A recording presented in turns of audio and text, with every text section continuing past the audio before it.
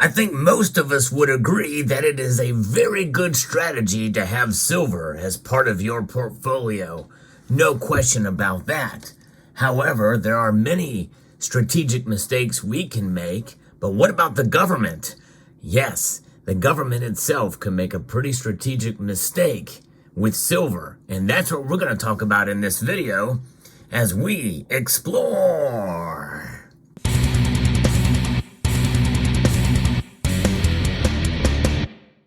The first thing that comes to mind for many of us when we think about the government and silver is they always make mistakes, and they make a mistake by suppressing it through spending and through the Federal Reserve System, and that's their direct influence for sure, because it is the Congress that sets spending measures, and we know that that has a direct influence and pressure on the Federal Reserve. But there's a lot of other strategic mistakes that governments make in our everyday lives, no question about that. But the one mistake that I'm talking about that strategically would be bad for both silver and for you and I as investors is to list it as a strategic metal.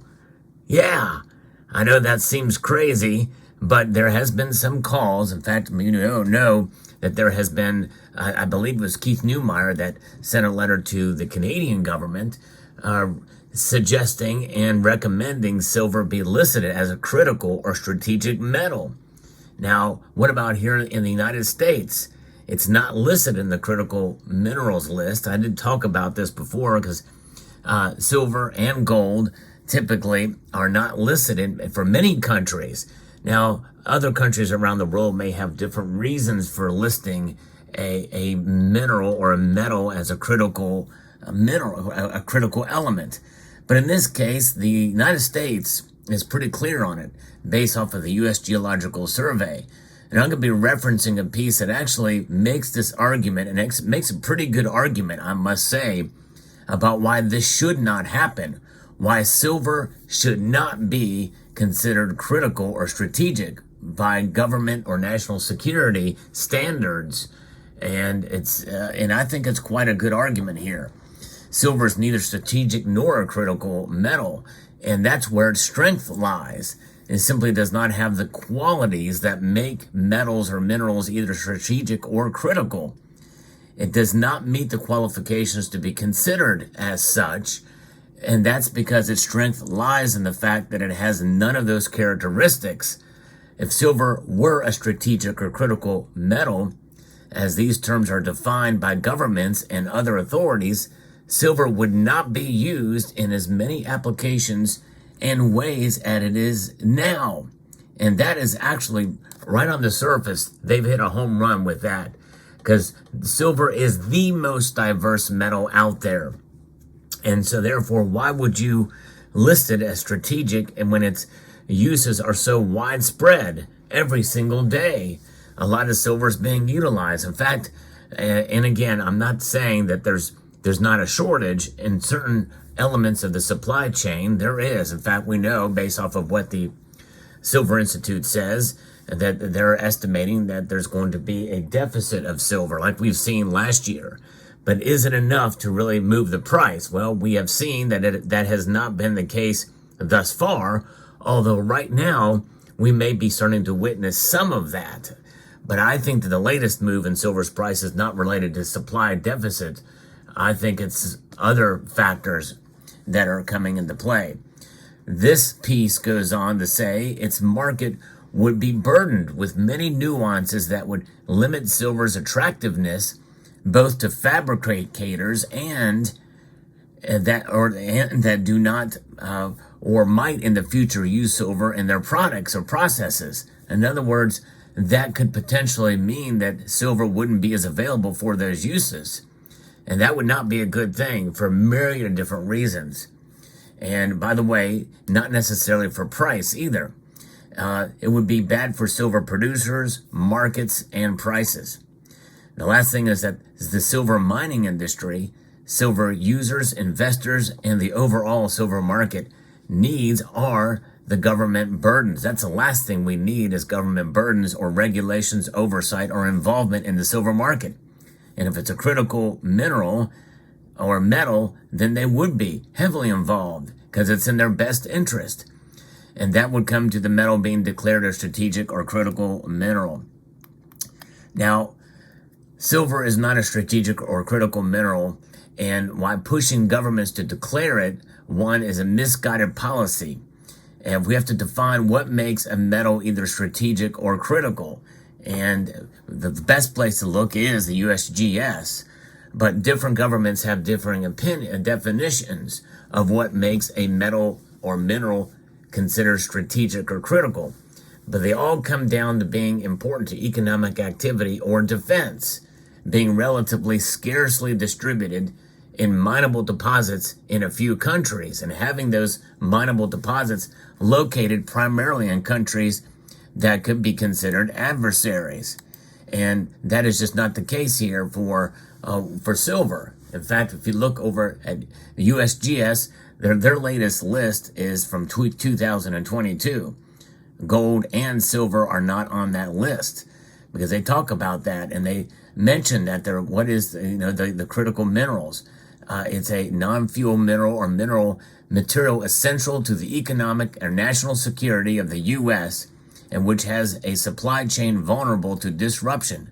Critical minerals are also characterized as serving an essential function in the manufacturing of a product, the absence of which would have significant consequences for the economy or national security.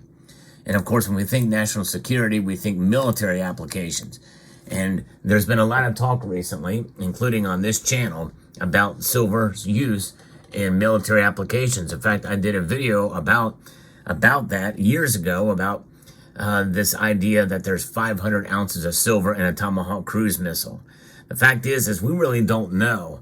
It's likely not that much, but maybe even not near that much. But because it's classified information, we just don't know for sure.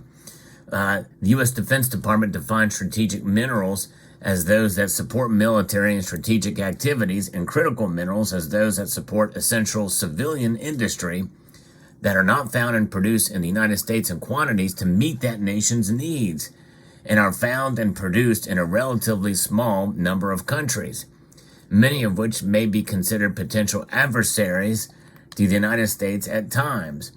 And so metals like cobalt, tantalum, and the platinum group metals meet the criteria for being declared strategic or critical metals. That includes platinum and palladium. And we see where those prices have been. They're kind of all over the place. And you can't help but wonder if those metals, in a sense, aren't in a way fixed by the government or manipulated by the government. But just not many people talk about those because they're fringe precious metals as defined by me for myriad different reasons, but it is just not talked about a lot.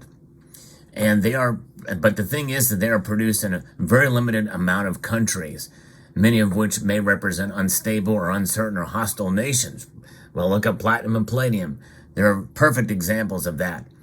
And they are produced in relatively small volumes. In the case of cobalt and tantalum, there are no large above-ground inventories of refined metal that might be drawn down if newly mined supplies were disrupted. And they are crucial materials for a number of military and civilian manufactured products or applications. But the classification of a metal or mineral as being critical gives the government the rights and authority to assert strict measures controlling the conservation and distribution of such metals. So I think you might be shooting yourself in the foot if you lobby to have silver listed as a strategic metal. That would be a strategic mistake, for sure, because we don't want to limit the amount of silver that we can stack. It's best for us to keep the prices low because the metal itself has this purpose that serves outside of regulation and control of governments. And thank God we can freely just accumulate it anytime we so desire at relatively low prices. No question about that. Silver mine reserves and resources are found in more than 100 countries around the world. Some of the largest deposits yet discovered have been in the United States, with Mexico and Canada also holding vast reserves and resources, although Mexico, as I've reported on, may have some issues, according to Metals Focus, on getting silver out of the ground because of regulations, maybe nationalization of the mines, And some say that they may run out of silver, mineable silver, by 2026. But then on the other hand, the other end of the spectrum, we see Poland has discovered large, vast reserves of silver. Silver was mined in at least 76 countries as of 2023. So over the last couple of years, governments and others have become concerned about resource availability in a world characterized by increased nationalism, including resource nationalism, at the same time to sharply reduce intergovernmental cooperation and politically motivated disruptions in an international trade and commerce. Especially with the rare earth metals, we see a lot of that going on. China, Russia, and others have resources, for these rare earth metals, and we're essentially paying them even through proxies to get these minerals to keep our EVs and electronics and everything else going. And of course, rare earths, a lot of those rare earths are considered strategic. So this, coupled with new technologies emerging that require relatively scarcely produced metals, has led to governments reestablishing national strategic and critical metal policies and stockpiles. These existed from World War I through the Cold War, but were largely dismantled by many governments and militaries. In fact, even silver was a strategic stockpile through the 70s. And a lot of that silver was produced, and that's essentially what led to the American Eagle program. Indeed. And the American Eagle became as a product of trying to dwindle down the strategic stockpiles. Now we really don't have a strategic stockpile of silver, but silver is used in military applications. No question about that.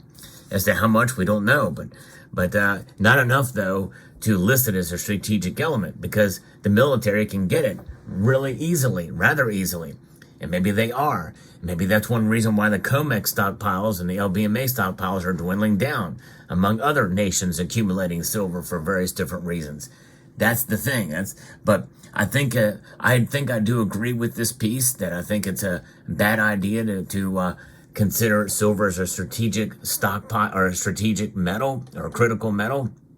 Obviously, it is critical to preserving our wealth, considering the further devaluation of the dollar, as inflation remains to be sticky, but it's critical to us, agents outside of any government institution. We, the people, it's critical for us. And I think that is paramount and the most important thing, without a doubt. So I'll continue to believe in silver and hold on to it and buy it when my budget allows. And let me know what your thoughts are about this topic. What is your strategy for silver? And do you feel that the government should list it as a strategic metal or mineral?